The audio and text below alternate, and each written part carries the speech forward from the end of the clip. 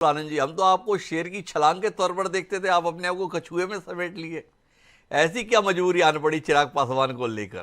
पहली बात तो ये, वो चिराग पासवान के संदर्भ में आपने कहा, उन्होंने कहा कि ऐसा बयान, वो तो पिछली बार भी बयान दिए थे, बोले मोदी जी राम, मैं उनका हनुमान।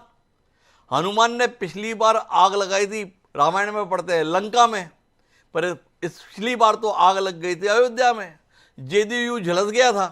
इस बार चिराग क्या करने जा रहे हैं? क्या ऐसा चिराग मांग रहे हैं अपने चिराग में तेल डालने के लिए जिसमें आपके हाथ कहां पर हैं, जेडीयू के हाथ कहां पर हैं? थोड़ा बताइए तो सही राहुल जी, इतनी फजीयत चिराग पासवान के चलते क्यों हो रही है?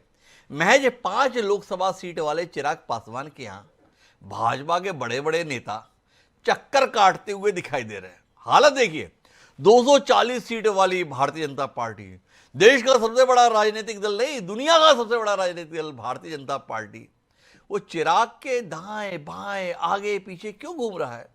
समझ नहीं पा रहे राहुल जी, थोड़ा बताइए ना।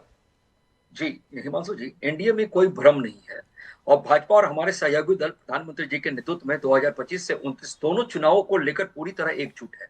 और जो चिराग को तेल लगाकर जो दिए जलाने की जो बात की जा रही है, तो मैं आपको बता दूं कि ये एक समान सी प्रक्रिया है और एक व्यवहार के तहत ये गठबंधन का एक खूबसूरत सा चेहरा इसको कहा जा सकता है। विपक्षियों को गठबंधन की चिंता करने की जरूरत नहीं है, उन्हें अपने बिखरे कुनबे को संभालना चाहिए।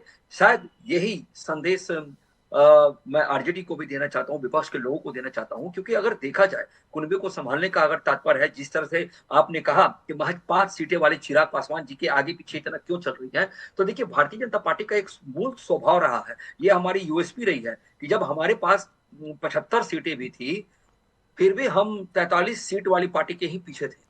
और हम इसलिए थे क्योंकि हमारे जो गठबंधन का जो स्वरूप है, चलेंगे साथ मिलकर, चलेंगे साथ लेकर। तो जब हम एक वादा करते हैं, जनता के बीच में जनता के लिए समर्पित होते हैं, तो राजनीति करने के लिए हम राजनीति का चयन नहीं करते हैं, हम राजनीति का चयन कर रहे हैं जनता की सेवा करने के लिए। शायद इसी सेवा भाव के बात कारण तो आज बहुत अच्छी कही राहुल आनंद जी, कभी मौका मिले तो एकनाथ शिंदे को सुनाइएगा जरूर।